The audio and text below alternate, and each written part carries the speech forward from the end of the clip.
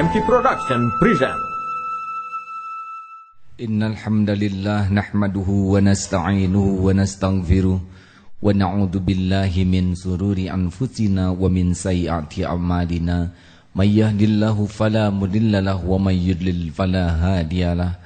Asyhadu an la ilaha illallah wahdahu la syarikalah wa asyhadu anna Muhammadan abduhu wa rasuluh.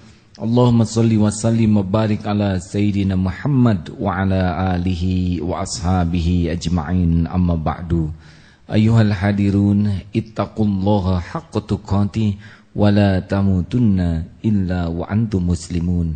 Wa qala lahu ta'ala fil Qur'anil Karim, a'udzu billahi minasy syaithanir rajim, yarfa'illahu alladhina amanu minkum walladhina utul ilma darajat. Shadaqallahul azim. Semoga Allah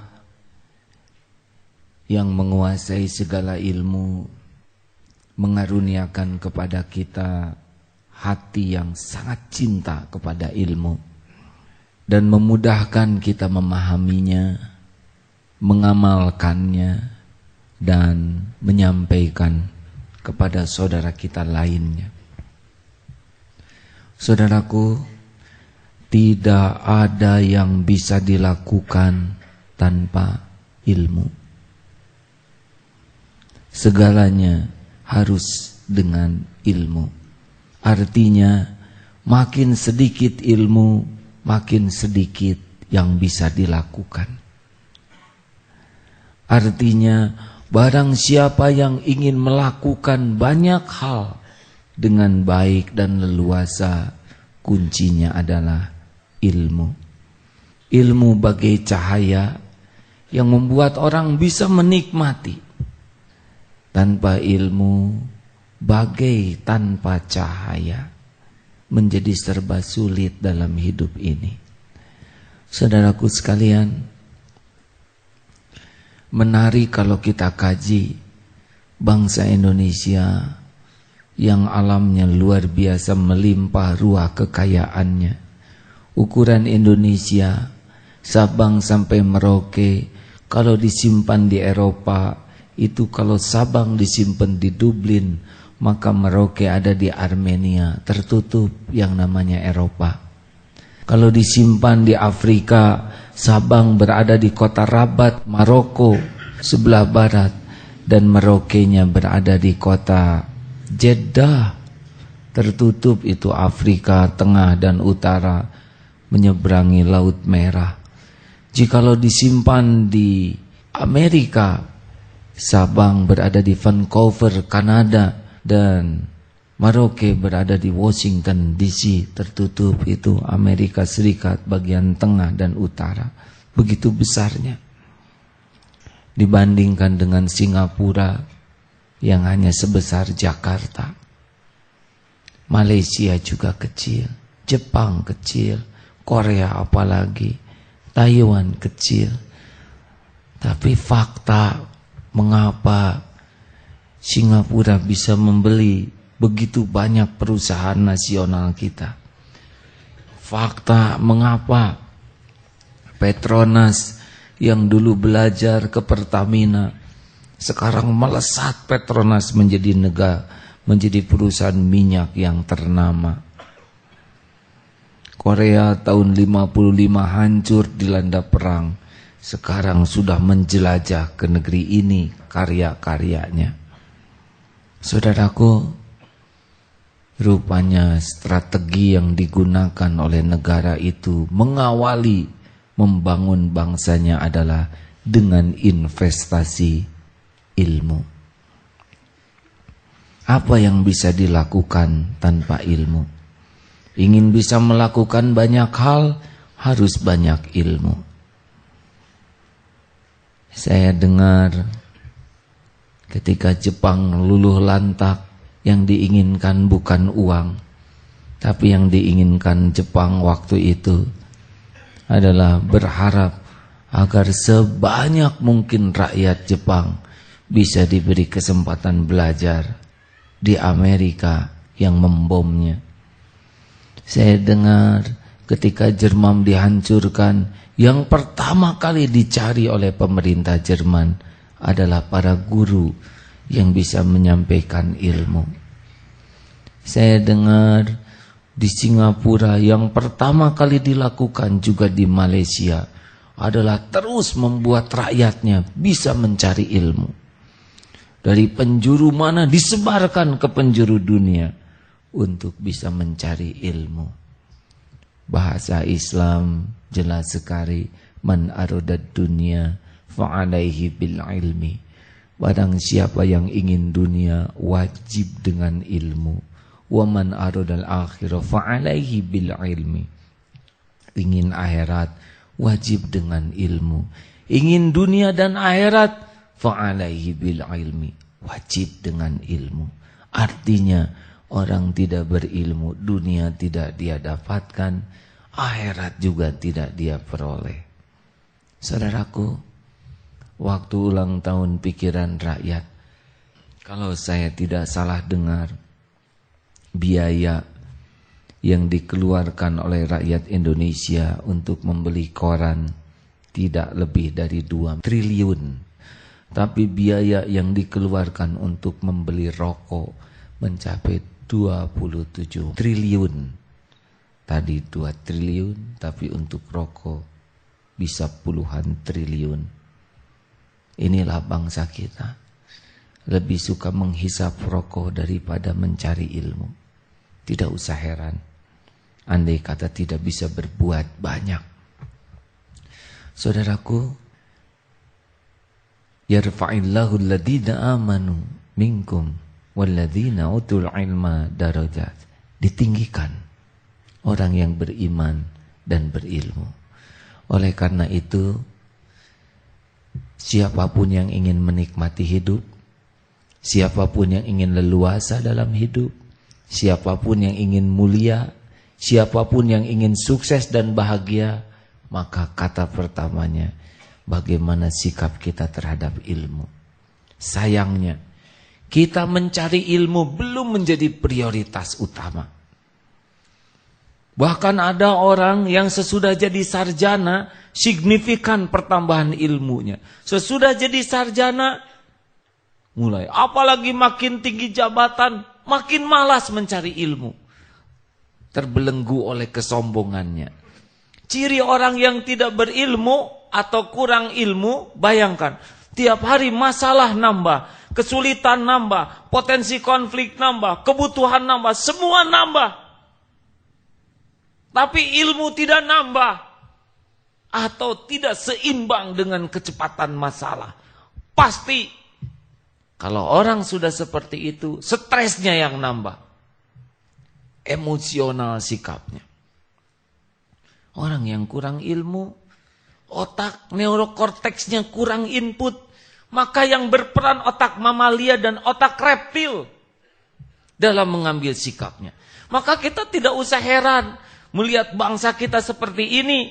Sedikit-sedikit hajar, pukul, marah, emosional.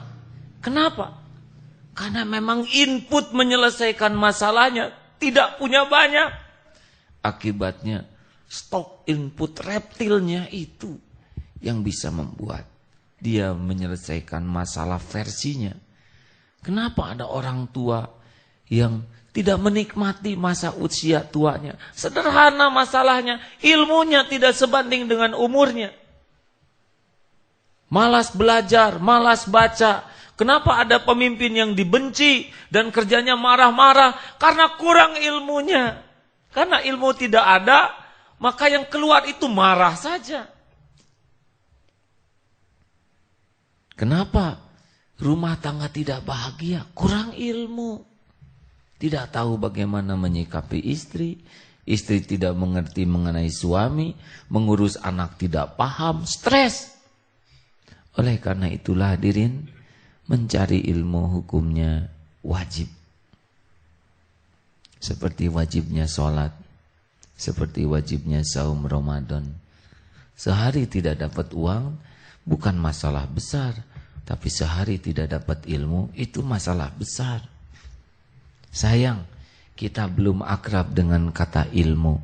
Padahal Ayat pertama yang pertama kali turun adalah Iqra. Kalau saya baca dalam tafsir dari Pak Quraisy Shihab, Iqra itu bukan semata membaca, tapi menghimpun. Menghimpun. Nah, oleh karena itu saya mengajak semua hadirin ini untuk menjadikan keberuntungan kita tidak diukur dengan duniawi saja. Setiap hari kita harus punya ilmu baru, punya pengalaman baru, wawasan baru. Kita harus menjadikan ilmu sebagai prioritas yang harus kita cari, karena ini fondasi yang membuat kita dapat dunia dan dapat akhirat. Nah, saudaraku, ilmu ini akan mudah dicari. Yang pertama, kalau kita punya niat lurus. Ilmu susah dicari bagi orang yang sombong. Kalau kita sudah merasa pandai, merasa tinggi, merasa tua, merasa tahu, kita tidak bisa mengambil ilmu. Kita harus seperti membawa gelas kosong yang selalu siap diisi. Makanya orang-orang yang takabur sulit dia mendapatkan ilmu baru, karena dia sudah membentengi diri. Seperti gelas yang dia penuhi, tidak ada tempat bagi yang lain. Niatkanlah, ya Allah, saya ingin dekat denganmu dengan ilmu. Saya ingin manfaat dengan ilmu. Saya ingin menikmati hidup ini dengan ilmumu. Pokoknya jadikan niat ilmu adalah untuk mendekat kepada Allah, untuk bisa berbekal pulang kepada Allah, untuk manfaat hidup di jalan Allah. Itu awalnya. Yang kedua, kita harus ikhtiar, tukir gaya, waktu, pikiran, tenaga, biaya. Kita harus menjadikan mencari ilmu itu bukan sisa waktu, tetapi bagian dari waktu kita. Seperti kenapa orang menggergaji susah? Karena tidak ada waktu untuk diasah. Berat sekali, hasilnya sedikit, begitulah. Orang yang kurang waktu untuk mengasah diri dengan ilmu, berat, capek. Hidup ini capek. Kita harus mulai tukir gaya, waktu, pikiran, tenaga, biaya. Jangan tempatkan sebagai sisa waktu, tapi sebagai inti waktu, mencari ilmu. Biaya untuk mencari ilmu bukan pengeluaran. Tidak ada uang biaya membeli buku, biaya ke majelis taklim, biaya kursus, biaya sekolah. Bukan. Pengeluaran untuk mencari ilmu itu tidak hilang. Itu adalah modal investasi. Jadi kita ringan beli buku, ringan ikut kursus, ringan ikut seminar, ringan ikut pelatihan. Keluarkan itu uang utuh. Itu tidak keluar. Itu menjadi sumber income kita. Sayang, kita sering berat membeli buku. Padahal dari buku itulah kita bisa membeli lainnya. Sayang, kita berat ikut kursus, ikut pelatihan. Pada pelatihan itulah yang akan menghasilkan rezeki berlipat ganda. Pernah saya dengar, ada seseorang yang berani kursus membayar 75 juta. 100 juta. Tapi sepulang ikut kursus, dalam 1 jam penghasilan dia 35 juta. Hanya dalam 3 jam dia berbicara impas. Sering sekali orang takut. 3 jam selanjutnya sudah untung. Untung, tiap hari dia dapat untung melimpah. Maka saudaraku, waktu, tenaga, pikiran, biaya, itu tidak pos sisa, tapi pos investasi. Kita harus punya waktu khusus untuk mencari ilmu. Kita harus mencari ilmu bukan sisa waktu, tapi jadwal harian kita. Kita harus mengeluarkan tenaga untuk mencari ilmu. Tidak boleh sisa tenaga. Fresh, segar. Kita harus cari uang dan siapkan untuk ilmu. Apa perangkatnya? Mata. Dari mata kita harus mulai ilmu. Kalau kita melihat sesuatu, membaca koran, membaca majalah, itu jangan hanya jadi bacaan, tapi niatkan untuk nambah ilmu, wawasan, pengalaman. Nonton TV rugi benar. Kalau nonton TV hanya tertawa, terbahak-bahak atau tegang, jadi ilmu. Lihat acara sinetron, jadi apa ini? Saya kehilangan waktu 2 jam untuk nonton sinetron. Tidak jadi ilmu, rugi. Nonton sepak bola tengah malam, mau apa ini? Jadi ilmu tidak? Jangan. Saya ingin nonton TV, cari yang jadi ilmu. Banyak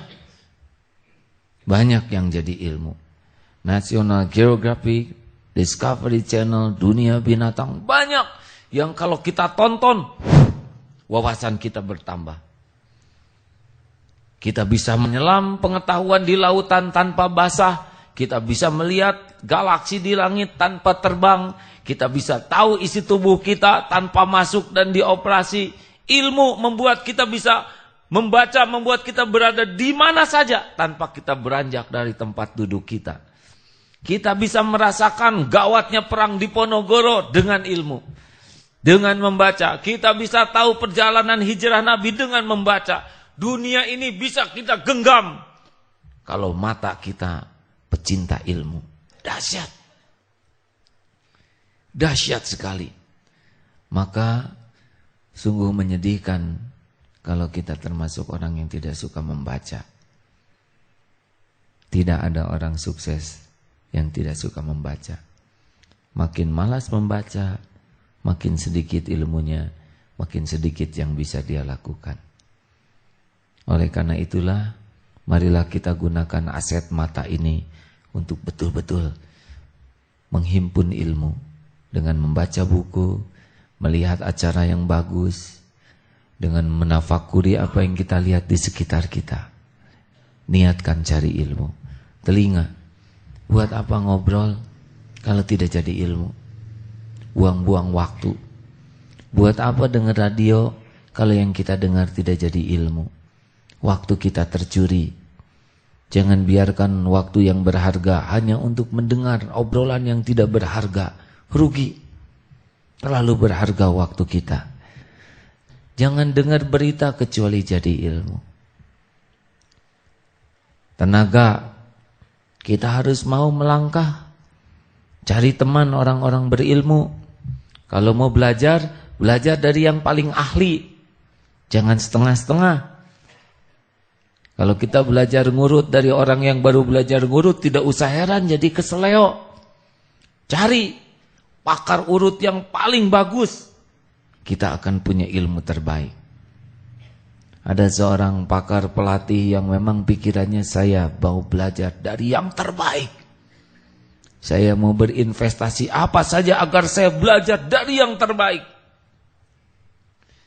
Kalau kita tidak suka mendatangi tempat-tempat terbaik, orang-orang terbaik, mendengar sesuatu yang terbaik, kita tidak bisa jadi yang terbaik.